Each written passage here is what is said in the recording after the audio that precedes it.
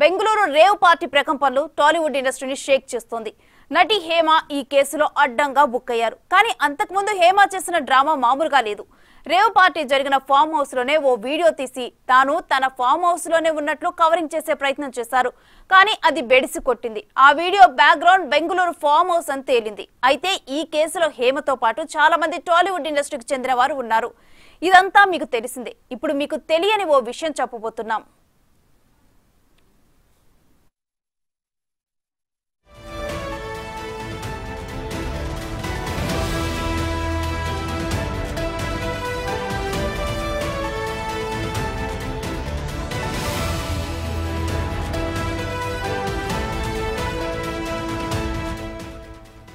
ఇప్పుడు మీకు ఓ వీడియో చూపిస్తున్నాం.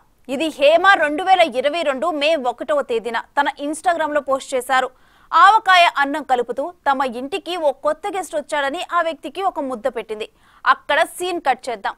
ఈ వ్యక్తిని బాగా గుర్తు పెట్టుకోండి.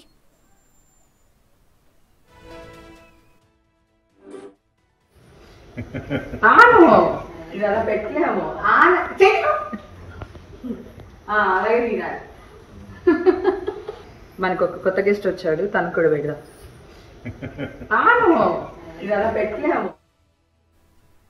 ఇప్పుడు రేవ్ పార్టీలో అరెస్ట్ అయిన వారిని పోలీసులు తీసుకెళ్తున్న వీడియో చూద్దాం. ఇక్కడ మీకు ఓ వ్యక్తి కనిపిస్తున్నాడు కదా, అతను అచ్చం హీరో శ్రీకాంత్ లా ఉన్నారని ప్రచారం జరిగింది. అయితే తనకు రేవ్ పార్టీకి వెళ్లే అలవాటే లేదని శ్రీకాంత్ క్లారిటీ ఇచ్చేశారు.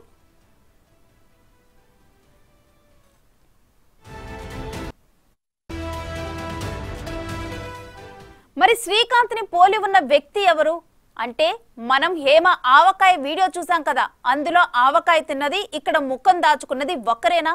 కొంచెం నిశితంగా పరిశీలించి చూస్తే మీరు కూడా అవును వారిద్దరూ ఒక్కటే అంటారు.